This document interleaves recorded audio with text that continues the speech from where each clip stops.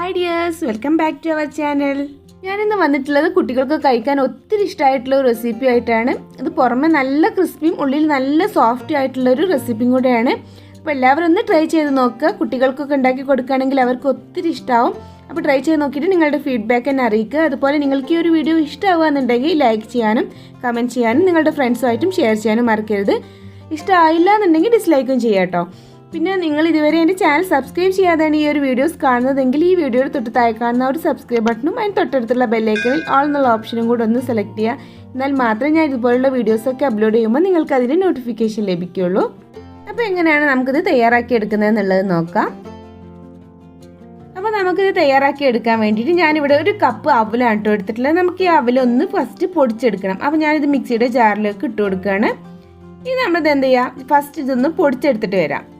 Just ഒന്നോ രണ്ടോ ഒരു അടി അടിച്ചാൽ മതി, അപ്പോഴേക്കും ഇത് പൊടിഞ്ഞ് കിട്ടും. ഇപ്പോൾ ഇത് അവൽ നന്നായിട്ട് പൊടിച്ചെടുത്തിട്ടുണ്ട്. ഞാൻ 2 അടിയൊക്കെ അടിച്ചിട്ടേ ഉള്ളൂ കേട്ടോ, അപ്പോഴേക്കും അത് പൊടിഞ്ഞ് വന്നിട്ടുണ്ട്. ഇനി നമുക്കിതൊരു സൈഡിലോട്ട് മാറ്റി വെക്കാം. പിന്നെ നമുക്കിതിലേക്ക് വേണ്ടത് ഉരുളക്കിഴങ്ങാണ്. അപ്പോൾ ഞാനൊരു 3 വിസലിൽ വേവിച്ചെടുത്തിട്ടുള്ള ഉരുളക്കിഴങ്ങാണ് കേട്ടോ. ഇത് നീ നന്നായിട്ടൊന്ന് ഉടച്ചെടുത്തിട്ട് വരാം. ഇപ്പോൾ ഇതാ ഉരുളക്കിഴങ്ങ് ഞാൻ നന്നായിട്ട് ഉടച്ചെടുത്തിട്ടുണ്ട്. തരികളൊന്നും ഇല്ലാതെ നല്ല പോലെ ഉടച്ചെടുക്കണം കേട്ടോ. അങ്ങനെ ആകുമ്പോൾ തരികൾ ഉണ്ടെന്നുണ്ടെങ്കിൽ നമുക്ക് റോൾ ചെയ്യാനൊക്കെ ബുദ്ധിമുട്ടായിരിക്കും. പിന്നെ ഞാനിവിടെ ചെറുതായിട്ട് 2 പച്ചമുളകും കട്ട് ചെയ്തെടുത്തിട്ടുണ്ട്. പിന്നെ 2 ടേബിൾ സ്പൂണ് മല്ലിയില എടുത്തിട്ടുണ്ട് കേട്ടോ. അതും നമുക്കിതിലേക്ക് അങ്ങ് ആഡ് ചെയ്ത് കൊടുക്കാം.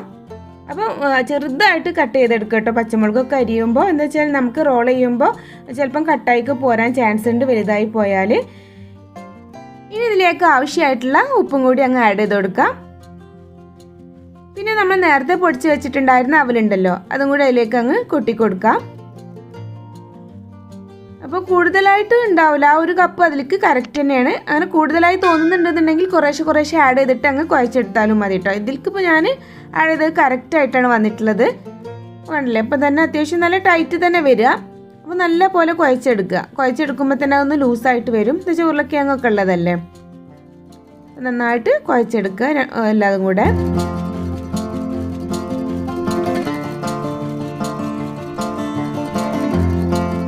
ഇപ്പോൾ ഇതാ ഞാൻ നന്നായിട്ട് കുഴച്ചെടുത്തിട്ടുണ്ട്, നമ്മൾ ചപ്പാത്തി മാവിനൊക്കെ പോലെ തന്നെ. ഇനി നമ്മൾ എന്ത് ചെയ്യുക, ഇതൊരു 10 മിനിറ്റ് ഒന്ന് മൂടി വെക്കാം കേട്ടോ. അതിന് ശേഷം നമുക്ക് റോൾ ചെയ്തിട്ട് എങ്ങനെയാണ് ഫ്രൈ ചെയ്തെടുക്കുന്നത് എന്നുള്ളത് നോക്കാം. അപ്പോൾ ഞാൻ ഇതൊന്ന് മൂടി വെക്കട്ടെ. കുറച്ച് ടൈം കഴിഞ്ഞിട്ട് നമുക്ക് എടുക്കാം, ഒരു 10 മിനിറ്റ് കേട്ടോ.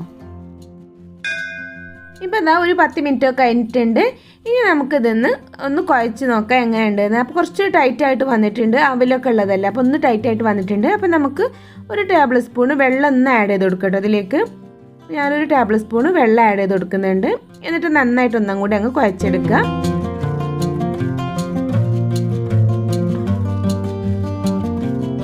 ഇപ്പോൾ അത് നന്നായിട്ട് സോഫ്റ്റ് ആയിട്ട് വന്നിട്ടുണ്ട്. അപ്പോൾ ഞാൻ ഇതിലേക്ക് 1 ടീസ്പൂണ് ഓയിൽ ആഡ് ചെയ്ത് കൊടുക്കുന്നുണ്ട്. നമുക്കൊന്ന് റോൾ ചെയ്തെടുക്കുമ്പോൾ ഒരു സുഖത്തിന് വേണ്ടിയിട്ട്. അപ്പോൾ അതും കൂടി നന്നായിട്ട് ഒന്നങ്ങ് മിക്സ് ചെയ്തെടുക്കാം. ഇനി നമ്മൾ എന്ത് ചെയ്യാം, കയ്യിൽ വേണമെന്നുണ്ടെങ്കിൽ കുറേശ്ശെ ഒന്ന് എണ്ണ ഒന്ന് തൂവി കൊടുക്കുക. അതിനുശേഷം മാവൊന്ന് കുറേശ്ശെ ആയിട്ട് ചെറിയ ബോൾസ് ആക്കിയിട്ട് കേട്ടോ ഞാൻ എടുത്തിട്ടുള്ളത്. കുഞ്ഞു ബോൾസ് ആക്കിയിട്ട് ഇതുപോലെ ജസ്റ്റ് കയ്യിലിട്ടിട്ട് ഒന്ന് അങ്ങ് റോൾ ചെയ്തെടുക്കുക. അപ്പോൾ നമുക്ക് അധികം അങ്ങ് റോൾ ചെയ്തെടുക്കാൻ കഴിയില്ല കയ്യിലാവുമ്പോൾ. അപ്പോൾ അങ്ങനെയാണെന്നുണ്ടെങ്കിൽ നമ്മൾ എന്ത് ചെയ്യാം, ഒരു കട്ടിംഗ് ബോർഡോ അങ്ങനെ അല്ലാന്നുണ്ടെങ്കിൽ കൗണ്ടർ ടോപ്പിൽ വെച്ചിട്ടോ അങ്ങനെ എന്തും വേണമെങ്കിലും കുഴപ്പമില്ല. അപ്പോൾ ഞാനൊരു കട്ടിംഗ് ബോർഡിൽ വെച്ചിട്ട് ഇതുപോലെ ഒന്ന് അങ്ങ് റോൾ ചെയ്തെടുക്കുന്നുണ്ട്. അങ്ങനെ ആകുമ്പോൾ പെട്ടെന്ന് തന്നെ അങ്ങ് റോളായിട്ട് കിട്ടും കേട്ടോ. കണ്ടില്ലേ, പെട്ടെന്ന് അങ്ങ് റോളായിട്ട് കിട്ടും.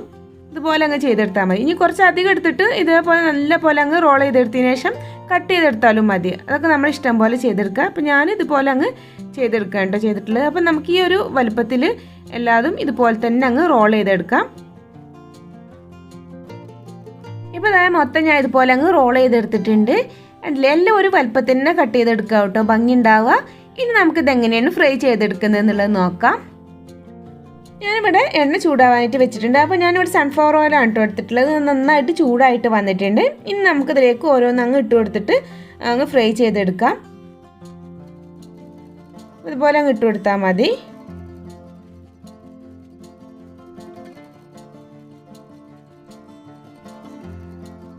പിന്നെ വേറൊരു ഐഡിയ ഉണ്ട് കേട്ടോ, എന്ന് വെച്ചാൽ ഇത് കുട്ടികൾക്ക് കഴിക്കാൻ ഒത്തിരി ഇഷ്ടമുള്ളൊരു സ്നാക്സാണ്. അപ്പോൾ അവർക്ക് എപ്പോഴും ഇത് ഇഷ്ടമുണ്ടാവും കഴിക്കാൻ.